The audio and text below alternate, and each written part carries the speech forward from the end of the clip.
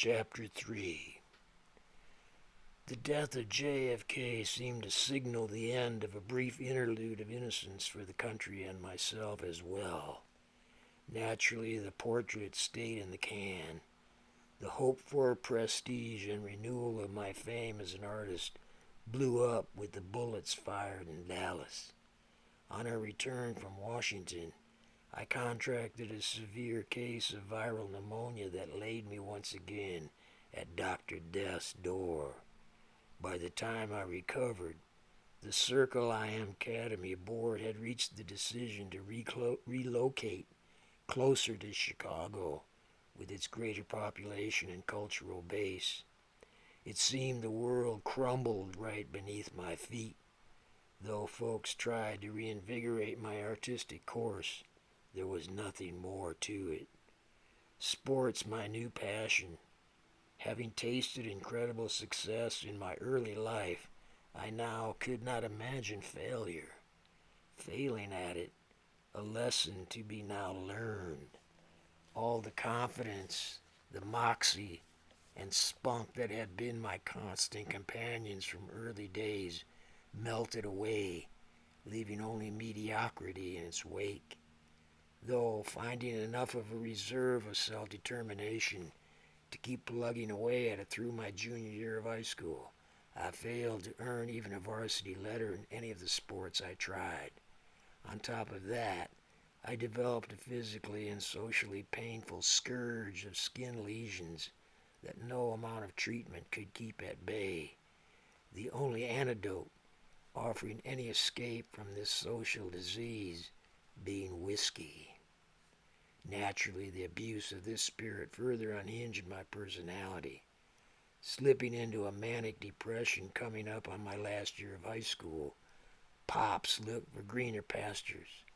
Somewhere our family could find respite from the demons now dogging my trail, thus theirs as well. An old connection from the academy days offered a chance for me to finish my primary education in Minneapolis at their Art Institute. To me, it was so much straw grabbing, knowing I was finished as an artist and an athlete as well. The bottle seemed to offer the only viable antidote to finding myself washed up at 17. I enrolled at the Art Institute, but never made a class.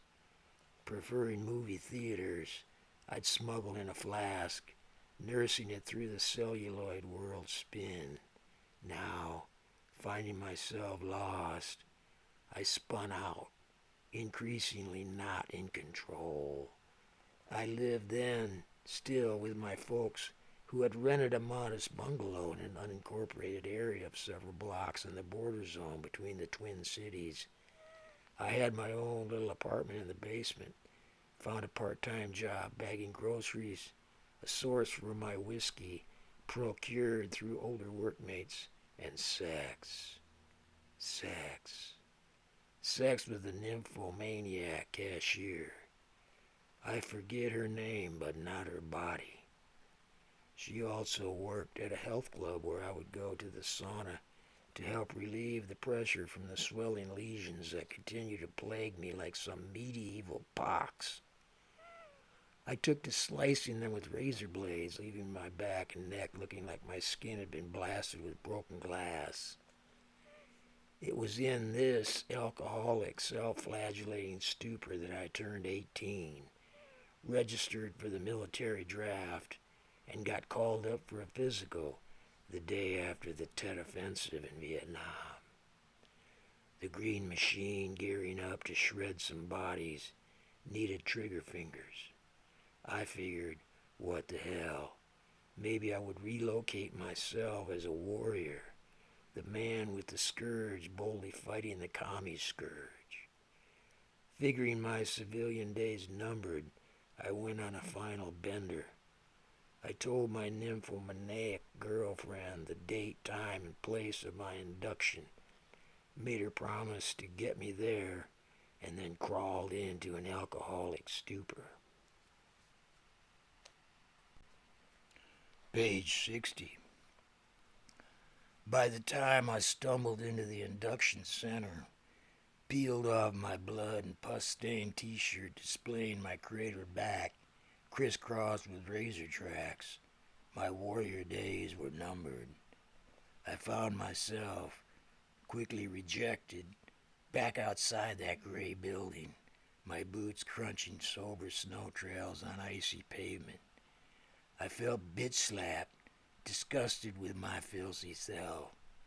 At that time, I was actually bummed that I didn't make the cut again. Soon enough, I would learn of the horror grande that my personal horror had kept me from witnessing, let alone participating. My path now, not artist, athlete, or warrior, reared black up, continuing as it always had been, about moksha.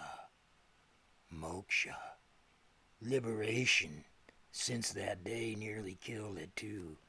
Killed from any chance of living a normal life, merely as though born. Social disease along with sexual desire, putting me into a deep fog, left thousands of miles to go before I'd find myself a being, a wave out of it. Why? So, there now then I began again walking those city streets. Minneapolis in February is a sobering, deadly cold. No time now to shilly-shally. I picked up the pace, feeling the pent-up energy in my legs eating the blocks. Now, I'd only been an alcoholic for a year or so after many, constantly working out as an athlete. My body strong despite its social affliction. I of it now, no longer that virgin adolescent JFK teased, but full-on man with hair in all the right places. I must have walked a dozen miles till finding myself on the outskirts, passing second-hand clothing shops, laundromats, and liquor stores. That's when it hit me. I would start straight away for California. The sun, slanting down, offered up its last rays. Now then, it would be seriously cold. I probably had $20 in my pocket, spending half on the warmest coat I could find at a nearby second-hand shop. Leaving the warmth of that musty store, I pulled a navy watch cap down over my already burning ears.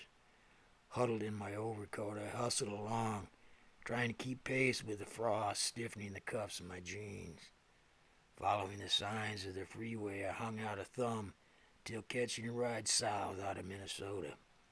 Several more took me through the night, passing in Iowa to fog in Kansas, to daylight breaking in Oklahoma City, to rain falling on Amarillo.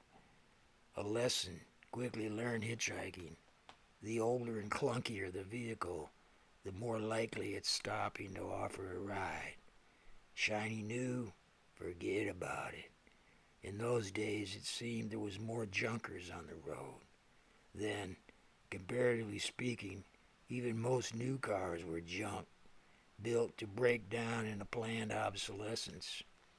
It would take a decade or more before an American entrepreneur, failing to interest our own in manufacturing cars that would not break down, going to Japan, promoted the ethic of building cars and trucks to last beyond glistening in showroom windows. We all know how that went, leaving us chasing for years after their captured market share. Still then, with all the clunkers on the road, rides came now or then with greater regularity, at least till hitting Amarillo, Texas. A cold rain falling, I find the road a blur. Every car seemed loaded with Texas Rangers, grim under broad-brimmed Stetson hats. They roll by, looking stiff, as though having some sort of stick up their asses, and liking nothing better than to take it out and shove it up yours. Walking several miles through town now, drenched to the bone, my thoughts turned to whiskey. A couple soggy sawbucks began to burn in my pocket. Yet by now, fortuitously or not, I reached the outskirts of town well beyond any liquor stores. Despite my current waterlogged despair, I find myself naturally blissed hitchhiking the road. Find myself at that intermittent pace of walking between rides with time to appreciate the freedom of open spaces, carrying only a shirt and coat on my back. "West, my son," said the voice, the whiskey hangover wearing thin. The voice, no longer inebriated, wanted to emerge to remind me of me, who it is being me, who, me or you. Seems like try as I might, I can never quite become the person I wants to be. Footloose on the wide open road, identity becomes very nebulous. I give myself to the wind, to the yet unseen ocean's tears, falling fresh on my face, falling free from infinite big sky stretching gray to horizon, unbroken by desperate buildings. Highway stretching out ahead, here beneath my boots. Realizing y'all never see anything, only look at any thinking of it. Projected, I find that I am that seer eye, unseen, indivisible, invisible. Thus, I give myself a new name, Rick Slate, from Chi-Town, South Side. Now, every time engaging in conversation with the next ride to come along, I further embellish the legend of Rick Slate, raconteur. Reckon most folks knew I was sprouting horseshit, but it kept us strangers entertained over somehow familiar long stretches of wasteland threaded with its highways, hypnotic lane stripes slipping by. I recall a 55 Chevy stopping at night in Kansas fog on a deserted 3-lane highway. "Can you drive?" the driver asked, popping open the door. "Let's see. Me coming off a 3-day bender without sleep for about 30 hours. No problem. Now, behind the wheel in a fog so thick you wonder if you'll run into yourself. But not to worry now. Your Savior says you're saved." Page 62. That Savior, asleep in the passenger seat, won't know what hit him should you crack up with oncoming cars in that shared third passing lane. Meanwhile, now it's still raining in Amarillo, coming down steady all the way, walking through town.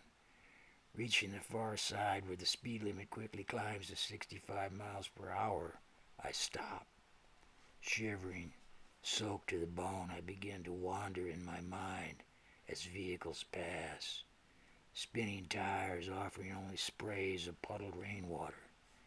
Just as the hopeless side of the coin flips up, a station wagon loaded to the gills pulls over.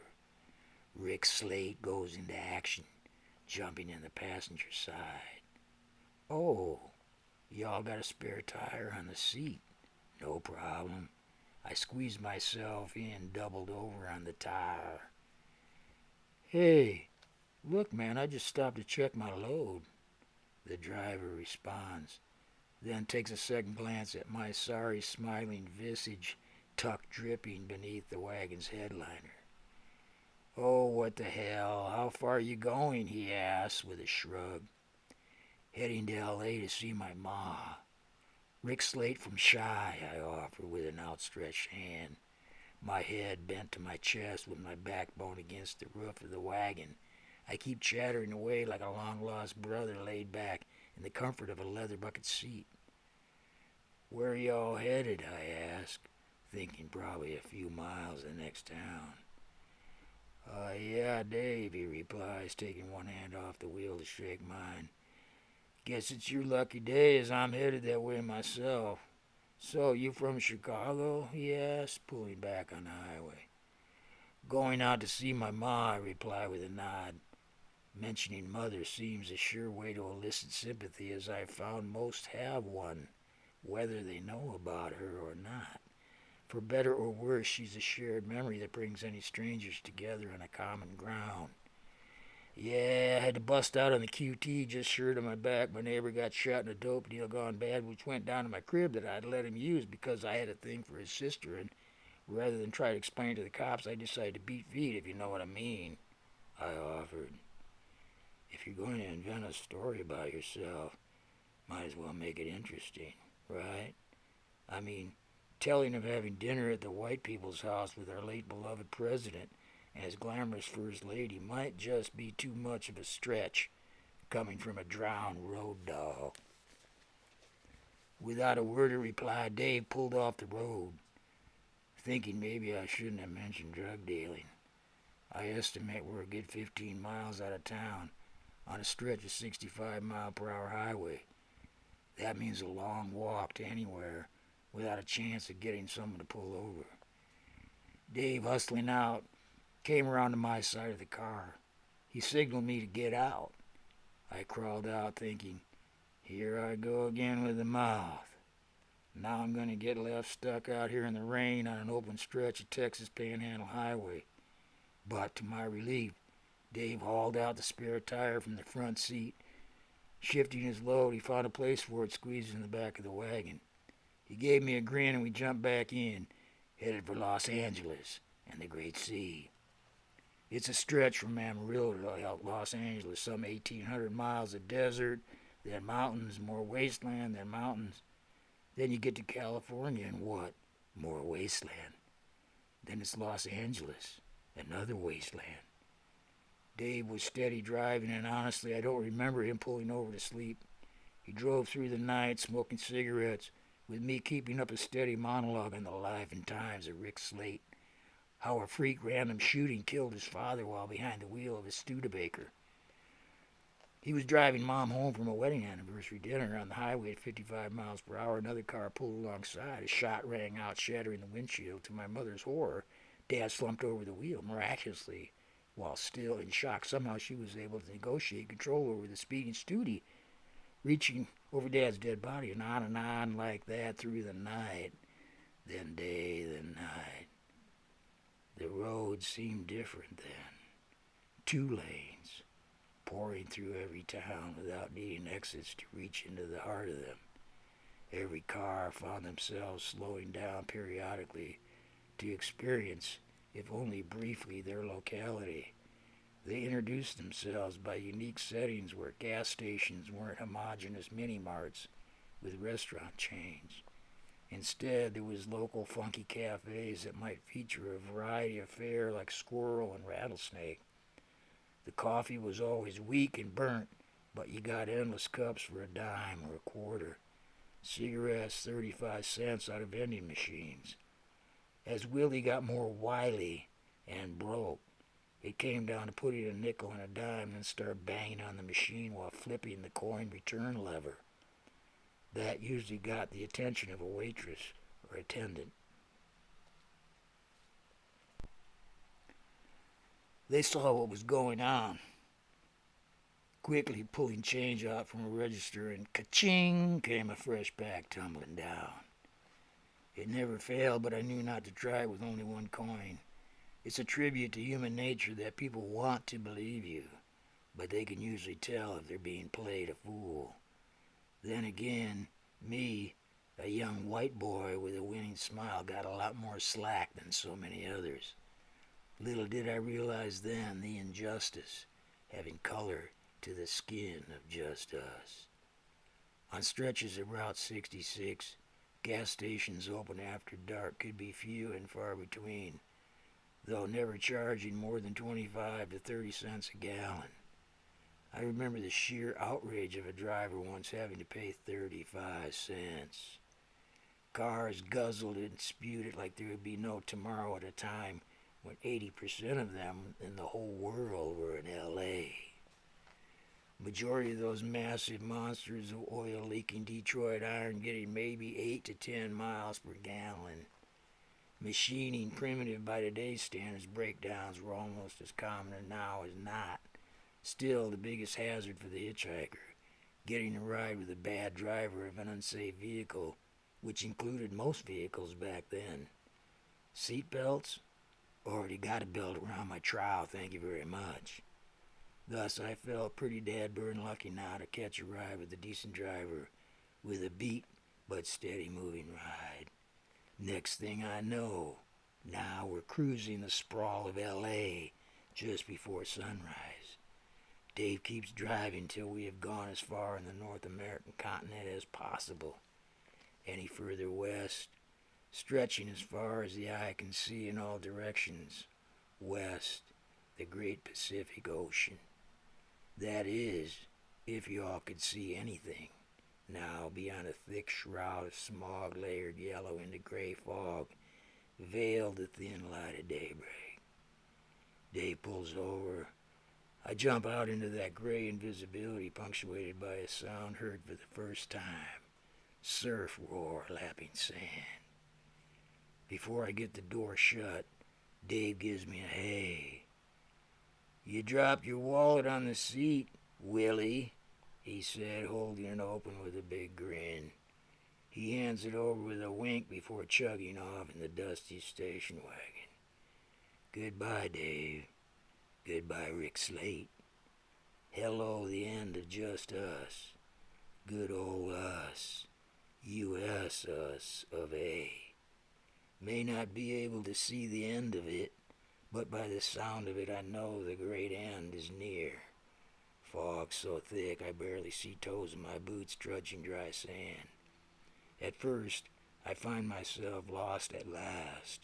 In that split second that I am here now still, motionless, indivisible invisibility, neither black nor white, but some thinking of it gray between the years, as thoughts between land or sea, above or below, right or left, in front or behind, as thoughts appearing or disappearing. Closing eyes, finding that I am still it, that indivisible invisibility. Invisible it, why? A singular it, why now? Knowing, twisting into, entangled of a knot of it now only a potential twin twined of me or you, out in, and now indivisible memory of it. Y'all of it as being consciousness, now to be knowing out of its own denial of itself as being still complete, even as a gain. Of it only to lose a gain of itself twisted into, a twin twined between any of itself still motionless, indivisible, more individual invisibility only potentially coming or going, living or dying, yet felt, feeling now, tips of fingers shucking coat, sweater, shirt, and trousers. A field, felt, feeling that I am naked, singular, it, why now, not. Of it knotted up, running toward the sound of the surf roar, nostrils opening, assaulted with air. The first wave crashed against my knees. I dove into the second wave, a salt of cold water stinging my flesh, drawing out the waste of me wasted. I wanted to run back up on dry beach, but for the will of it, her, Ma's ocean, the sheer desire of her, drawing me back in, a mere memory of its potential, remembering itself, herself, turning back into or out of itself now.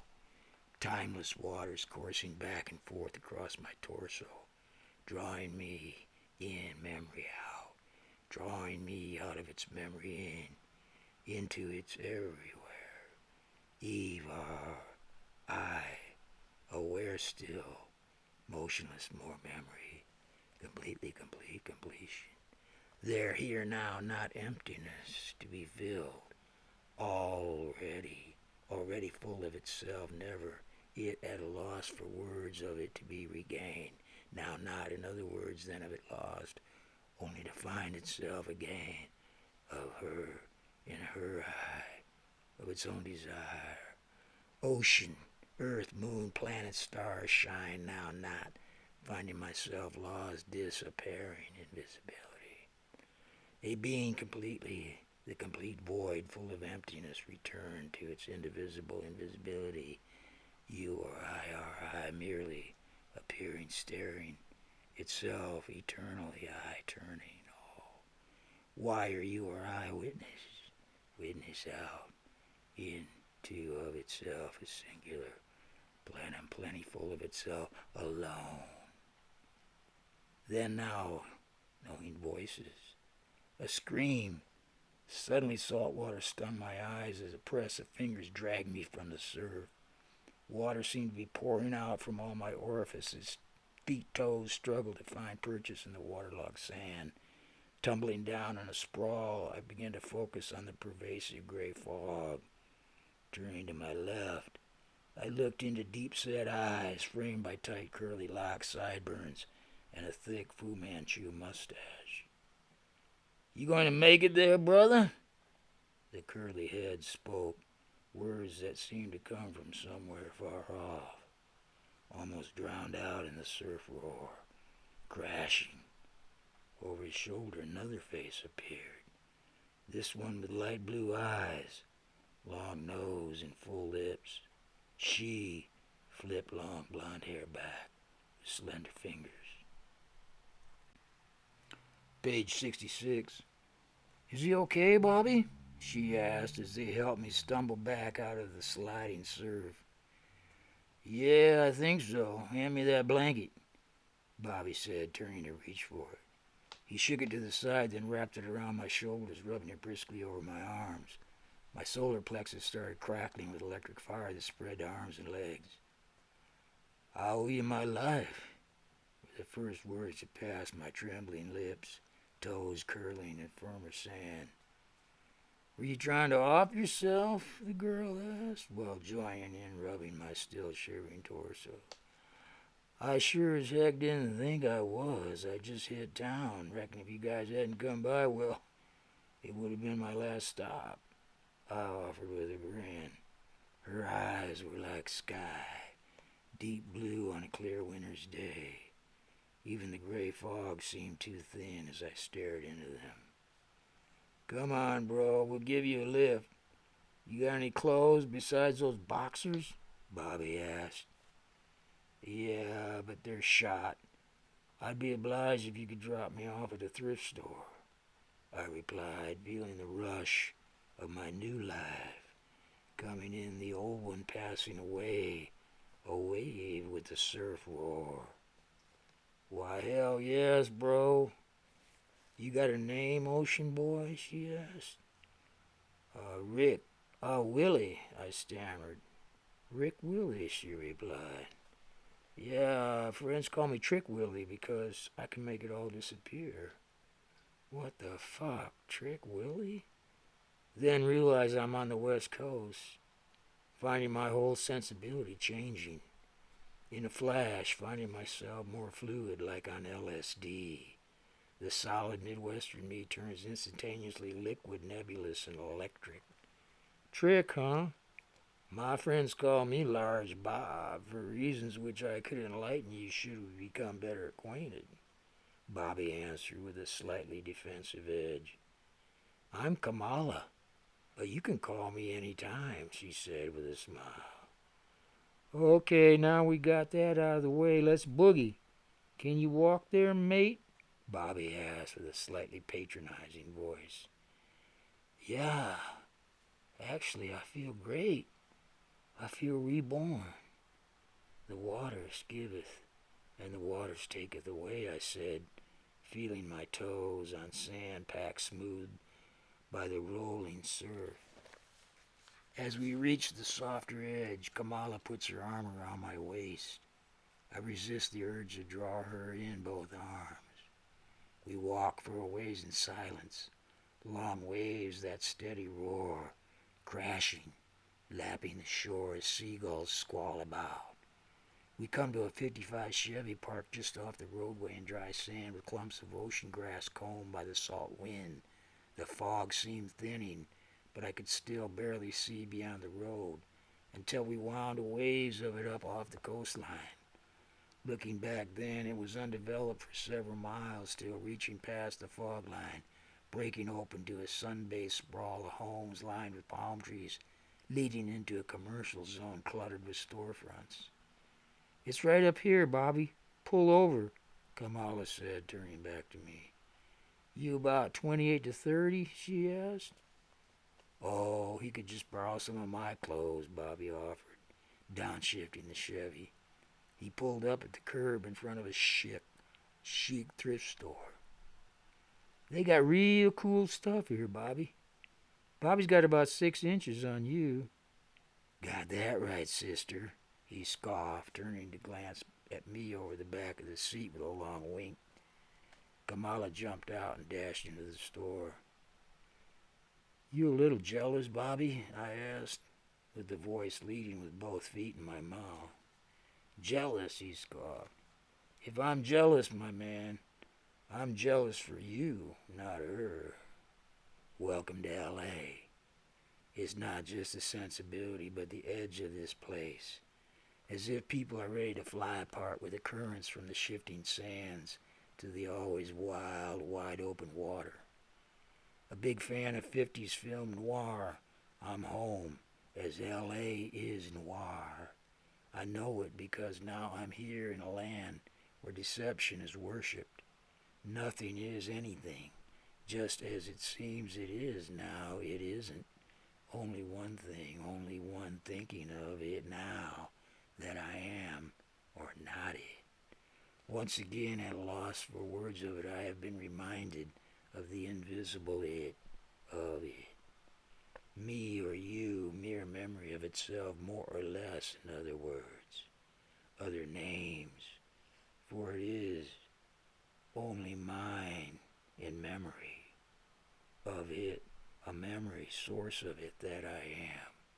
That is, of course, we, just us, the people, freely associated, dissociated in a name alone, that indivisible, individual invisibility now knowing out of itself invisibility. Only a while now, out in space-time. Still motionless in the first place for the first time now, knowing out of itself and a given, only to be taken away, away now, a knot of you or I, entangled, our I appearing it, but none other than of it appearing of it sticks together, just us, long enough to like trying to paint itself a space in time.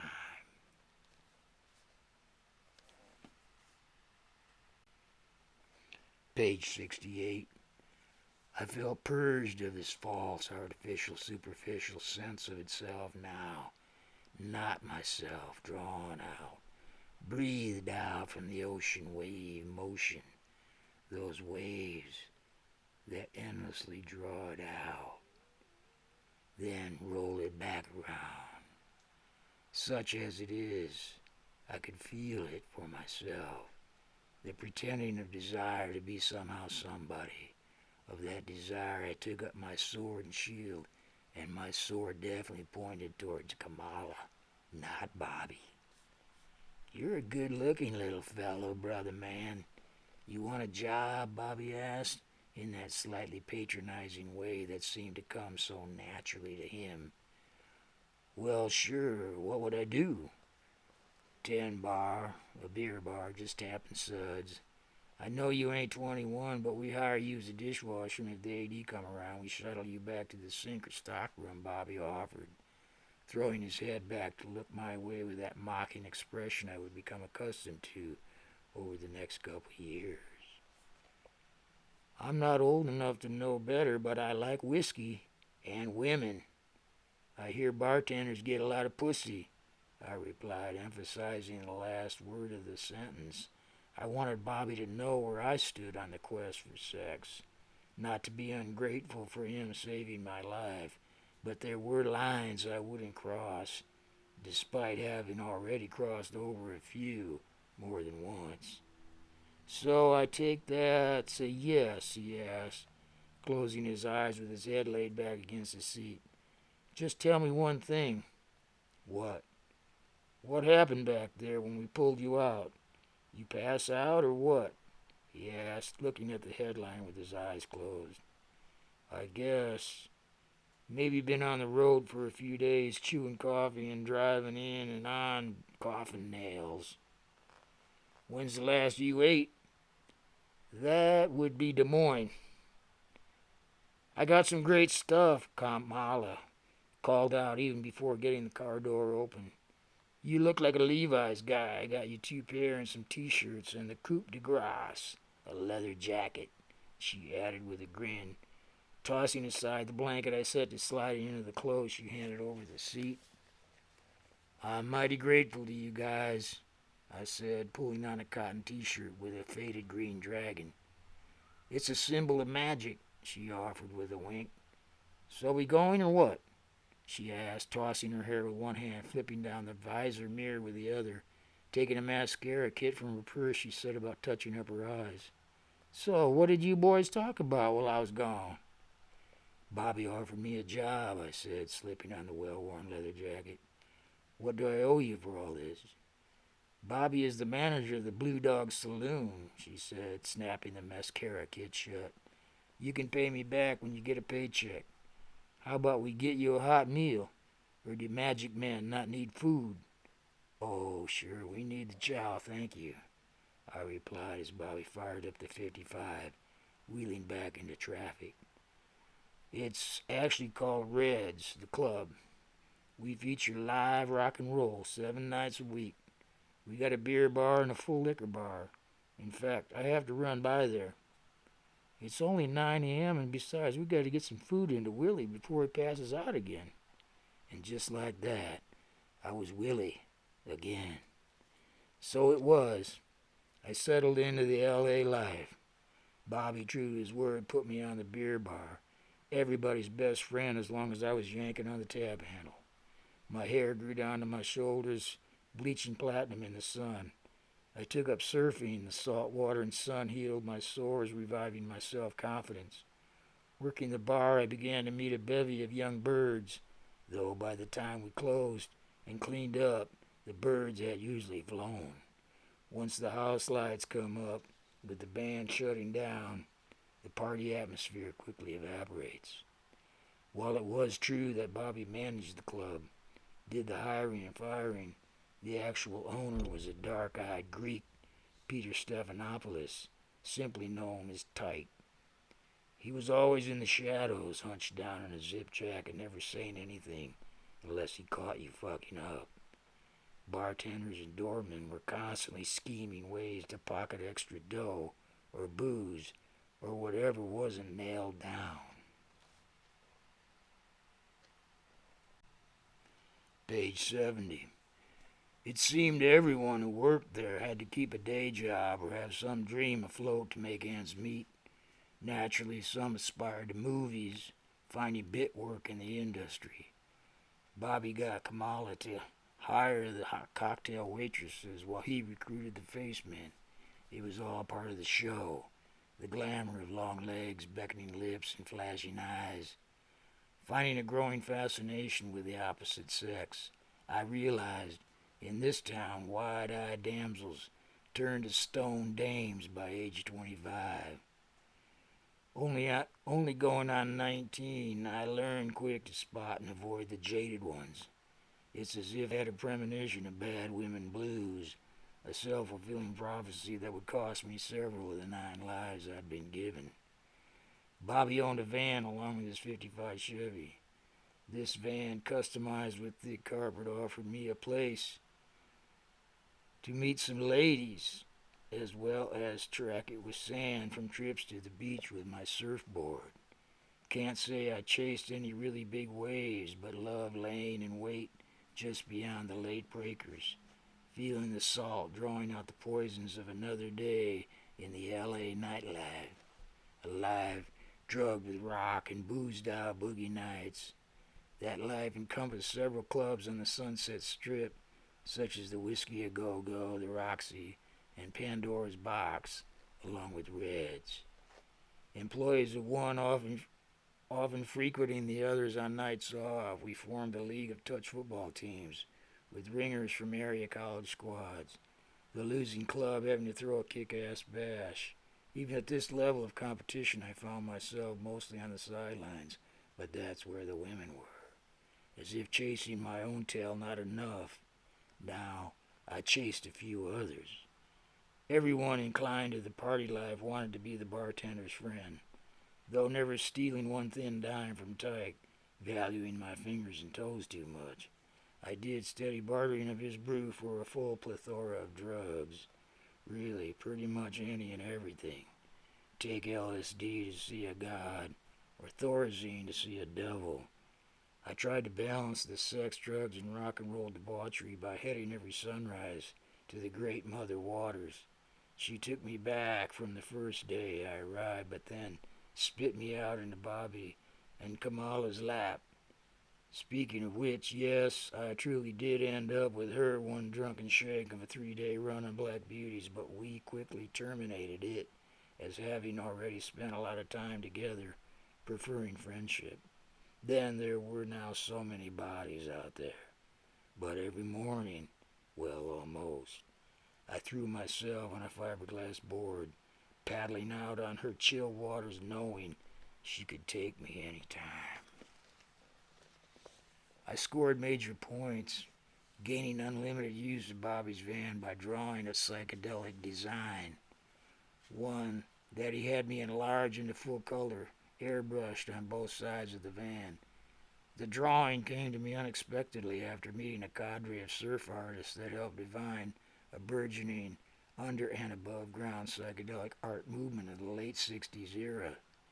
The work of one in particular gave me flashbacks to a time now then when I, Wyly'Em, drawn in, drew out of it that archetypal plane, or it drew me out in visions of it as after images of it, projecting itself right before my eyes for me to render on blank paper. At that time of this marvelous gift, wherein I would merely draw out the projected after image, brought the whole world to my door. Then it seems that that artist eye of it merely appearing staring itself freely now in a consciousness that I am of a memory, became of a being wishful to be captivated, covered up, this projection in the words of it, as being to wish to think of itself as memory of me, or you alone, in a given name by the crafty, cunning spell, learned only to know itself, to deny itself, myself now, standing under and overstanding supernatural spelling of it superimposed in name, caught me in a memory, stretching out at tension of that wishful intention now, knowing, ignoring that I am it still all along. Thus that archetypal plane found itself covered now, no longer free-forming that after-image. In other words, I found myself lost, as typically we all are. I bipolarity so friggin' positively now, knowing, projecting only thought forms of an artificial identity. All because that is being whoever we wish for it to be. Why? For whatever reason beyond the obvious, as sexual. Why? Why now as X, turning all love itself out in waves, out in. Thus my thinking laying out on Ma's waters, bobbing on a surfboard, brought me back to that archetypal plane, drawing on that in my mind's eye of its own memory of me or you, a memory now of denial as swords flashing, slashing, then as turning, burning, yearning for learning a knot, entanglement of itself, a knot twined, twisted in two of itself, in a memory learned inward, literally as exiting itself out inward, learning out in memory, eye, motion, movement, the wordship craft. worshiping its own by God, or go to appear a while now, knowing out of itself a meaning mediating between heaven above or hell below, birth or death, appearing, disappearing. Thus I realize that who it is still me found, finding myself, itself lost out now, knowing, knowing, projecting of its own desire to ignore itself. In other words, I had simply learned now to ignore myself, yet I am that captive, captivated a while now. For how long? Only time will tell. Meanwhile, finding myself back on dry land, drawing on it, hoping to rehabilitate myself from my own debauchery, I realize what a fraud I have become. Even my drawing is a thinly disguised imitation of those psychedelic underground artists truly tapping into that archetypal plane. I will need more time now, not degrading myself with sex, drugs, and rock and roll, but then that struggle is the rest of my story, the rest of my life, restless, footloose, and fancying myself captivated now by only who knows of it. Page 72. Of such it is, the paradox, the pairing, the appearing, only to disappear as sleep black again, black again, black again.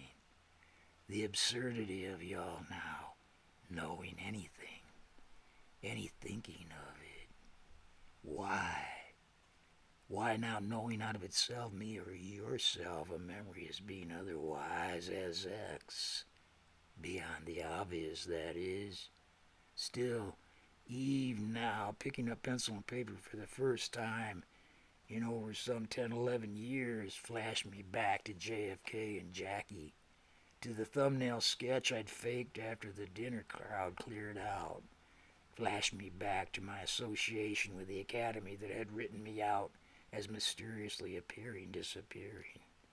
A disappearance that added to its allure, allowing me to sink into an obscurity of a normal life of it, a while now, pursuing itself, knowing ignorance of itself out in sex, drugs, and alcoholic rock and roll. You see now the whole purpose of ignorance of itself, for the sake of good times and or bad, depending on it as being still a singular it, why now, turning, twisting in two of itself as exiting, beginning as sendings out, bipolarity, in a now Eve or I body, aten binary, by now our I, at tension, stretching, wretched, of itself intention as a knot, entangling, bungling, brooding, knowing out of itself any or everybody. Thus simply drawing that iconic winged eye, copied from a version drawn by renowned surf artist Rick Griffin, flashed me right back to her, with her eye, even now, Jackie, felt so close I could feel static electricity coming off her body. Her at that dinner, so surprisingly casual. Bunny, I heard her once call the president casually aside in that soft, whispery voice, a pet name unheard by the others as they gossiped about people I hadn't a clue existed. That was the thing of it, in my mind's eye detachment, seeing a picture of JFK one day relaxing, stretched out, reading a newspaper in the sun shining on a new home, a home costing unbelievably $100,000 in 1963. The next day, Dallas. I flash now on the letter he sent me a month prior to that date with destiny of just us, we, the people, of us, you, us, a nation of notions, dying in the streets of Dallas, dying from any notion of living in peaceful coexistence, expressed in a speech that summer of '63. We all breathe the same air, he'd said, echoing the influence of Mary Meyer. Oh, Mary, oh, my. Murdered shortly after him. JFK had an epiphany that night on LSD. That night I witnessed it, that most rare event, where an individual soul of it, yet itself indivisible, as expanded politically, reaches a final liberation. A liberation consummated by a bullet blowing out his brains, spilling blood and bone into the streets of our time. Assassination. A catalyst as in a nation dying for the greater good or bad. Violence. Society. LBJ even termed his stolen tenure the Great Society, where this land of the free white people, after only 300 years or so, officially ended apartheid, all the while simultaneously cranking up a genocidal race war in Vietnam, Laos, Cambodia. JFK's assassination brought down a dark curtain on a too brief interlude, a radiant relief from the dreary reign of his predecessor. The Generalissimo had served post-war interests building a military-industrial strength war machine complex while he played golf. Then he left office with a nod of warning about the very machine spawned under his watch. Thanks, boss. You gots to like Ike for the death factories and the wage slavery, he and his ilk, for we the people wishing for it, they engendered long into our time of this 21st century. Somewhere in the archives of that Yam Academy, JFK's letter lingers still. In it, JFK told me a lot about counterintelligence, or covert intelligence, and the rise of certain influences in Western intelligence in general. I blocked most of it out, yet, as time passes, I'm remembering more pieces to the puzzle. It's a global puzzle. I never liked politics anyway, but I did like JFK, even more so because he could swear like a sailor. Recalling JFK's death now returns to that heavy curtain falling on my art life as well at 12:25 on 11/22/1963. It's now 1969. The winged eye design, the first drawing on it since, proved to be my undoing, as I kept getting bugged by tattoo artists and surfboard dudes to do some more. Try as I might, I failed to succeed in producing anything but garbage. This only drove me desperately debauched by a drug sex into that alcoholic rock and roll vortex. Then, one night, the singer for an up-and-coming local band failed to show. I jumped in. I'd actually been considering it, or should say, it had been considering me for a while. The opportunity had found me out in the weeks leading up to that fateful night. The bass player for the Dead Dogs, the band in question, had been scoring coke through me, dropping it off once at their practice sessions. Neil, the bass player, aware of my love of Chicago blues, invited me, half in jest, to sing Walking the Dog, an old Blind Boy Taylor tune. Even then, their singer frequently flaked on them, losing his voice from snorting too much Peruvian flake. One thing led to another, finding me coming around more and more often. For the past 2+ years, 5 nights a week, I've been watching all manner of singers or would-be singers coming through Red's modest stage. It seemed only a matter of time, along with my buried passion to perform as I once had, drawing portraits. That was seeing what a chick magnet singing on stage offered. Page 74. Actually got the style from an act I saw in a South Side Chicago blues club an old benefactor from the academy days frequented. He once invited me, a still innocent 17, looking old enough to pass for 21 with fake IDs. That, along with the benefactor's pull, got me in the door. The club, funky without even a stage, highlighted a black singer with the most powerful voice I'd ever heard. But then it was my first hearing live music in such an intimate setting. Also, the benefactor, doped to the rafters, got me high. Another first time. Except, of course, for those 2 trips on LSD.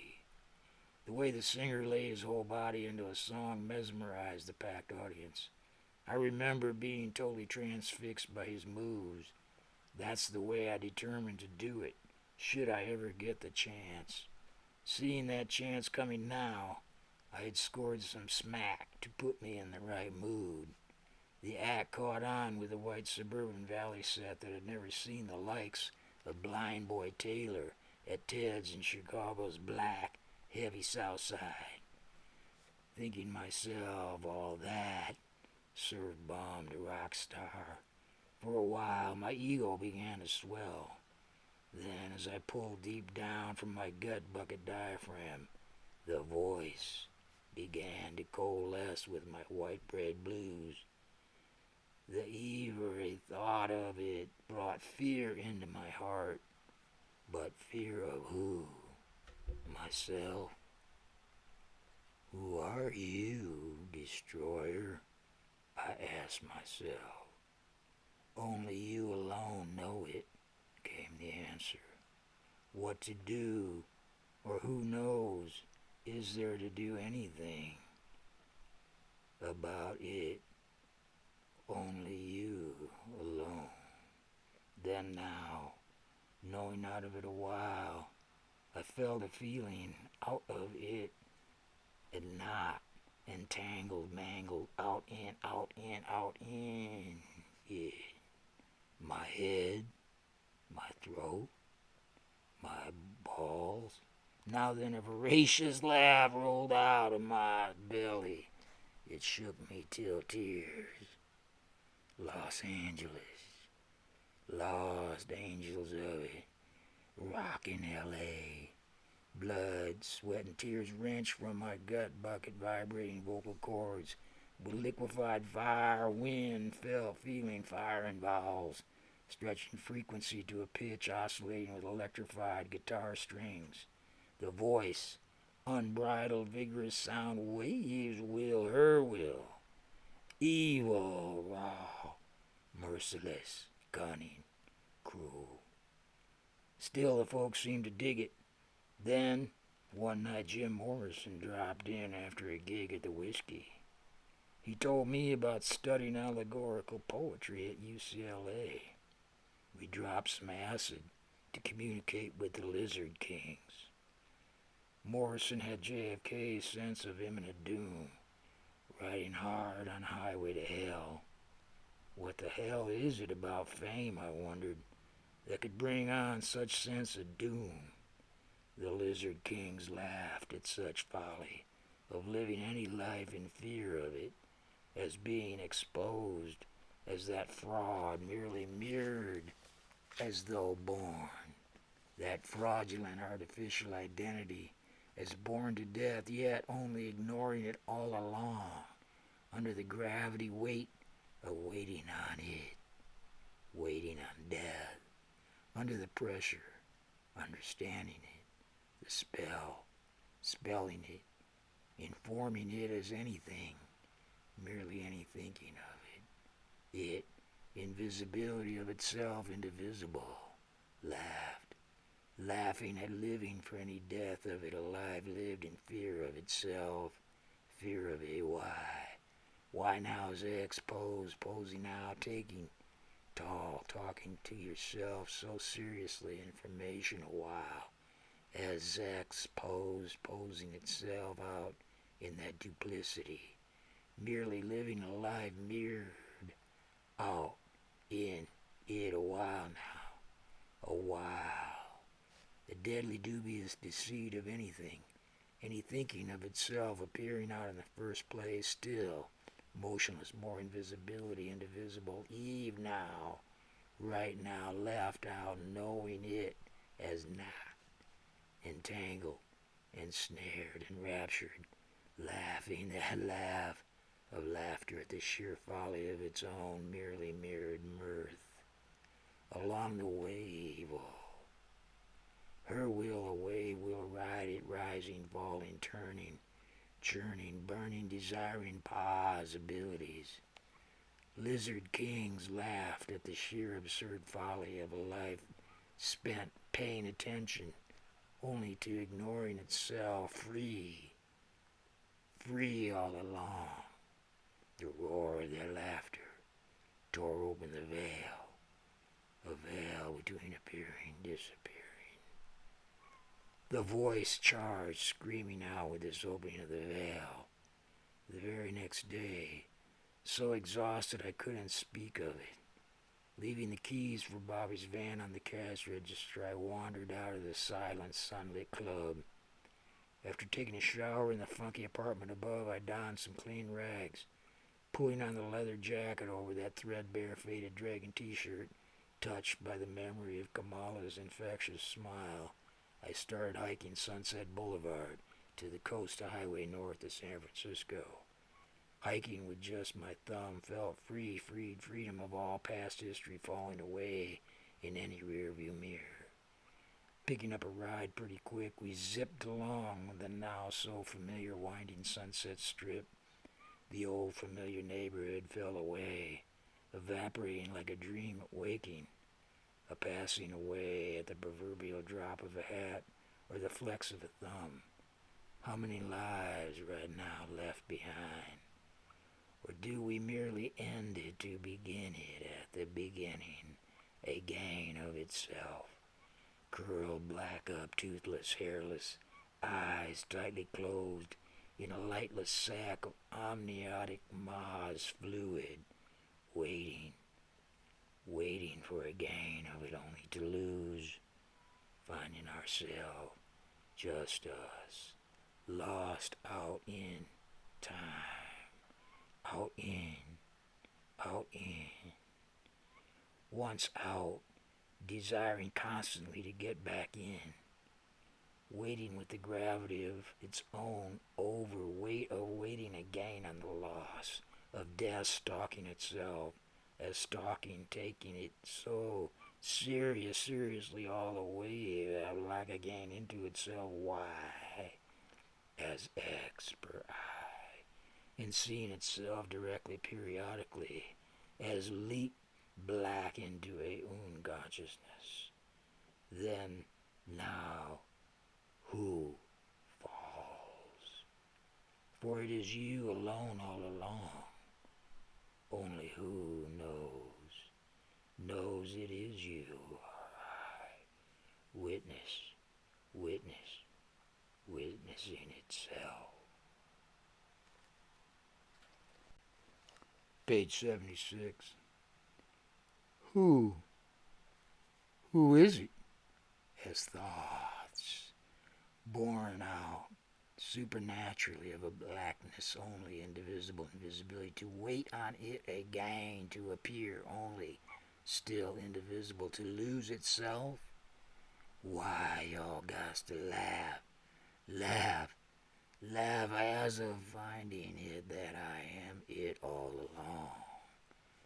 Disappearing, merely disappearing of anything, any thinking of itself.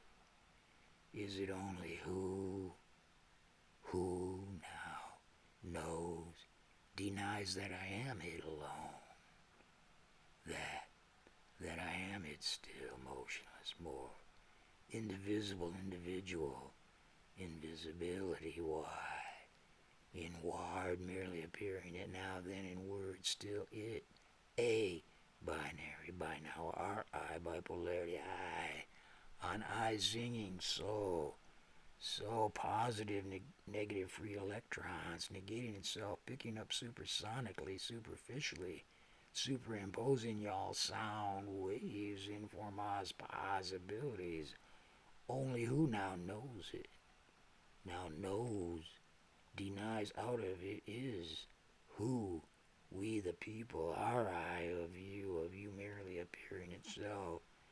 Thus it is just us talking itself, as stalking sheet, pausing gas it, AI, singular, extraordinary it, why now knowing into twisting and not of itself, entangled out in thoughts of itself. First, a person still, motionless more in the first place, for the first time now, knowing not of it why, the lump in the throat of a voice, hearing itself as exiting, duplicating itself out into supersonic, supernatural, sound vigorous waves. Waves will, desiring, possibilities.